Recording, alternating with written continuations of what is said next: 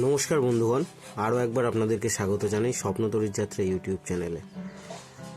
অনেকদিন ধরেই ভাবছিলাম ফুলের একটা ছবি আনবো, কিন্তু ভালো ফুল এবছর ফোটাতে পারিনি বলে, মানে গাছকে সময় দিতে পারিনি বলে আপনাদের সামনে আনতে পারিনি, বা ইচ্ছাও হয়নি যে আর ফুলের ভিডিও আনো। তবুও আনলাম যে আমাদের এখানকার কিছু মানুষের চরিত্র দেখাতে, যে তারা কীরকম করে ফুল গাছগুলো। এবারে আমার গাছগুলো লাগানো হয়েছে একটু রাস্তার পাঁচিলের ধারে।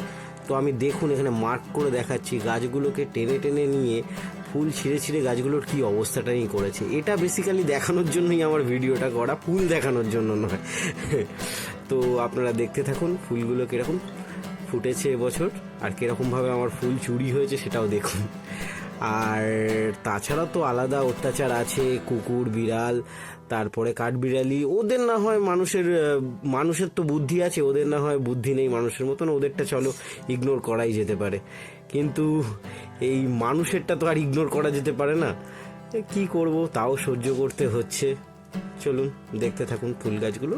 আগের বছরের মতন এবছর ভালো করতে পারিনি ফুল, কারণ বিভিন্ন পরিস্থিতিতে ছিলাম, গাছগুলোর যত্নই নেওয়া হয়নি। তো যেটুকু হয়েছে এরা নিজেদের মতনই হয়েছে।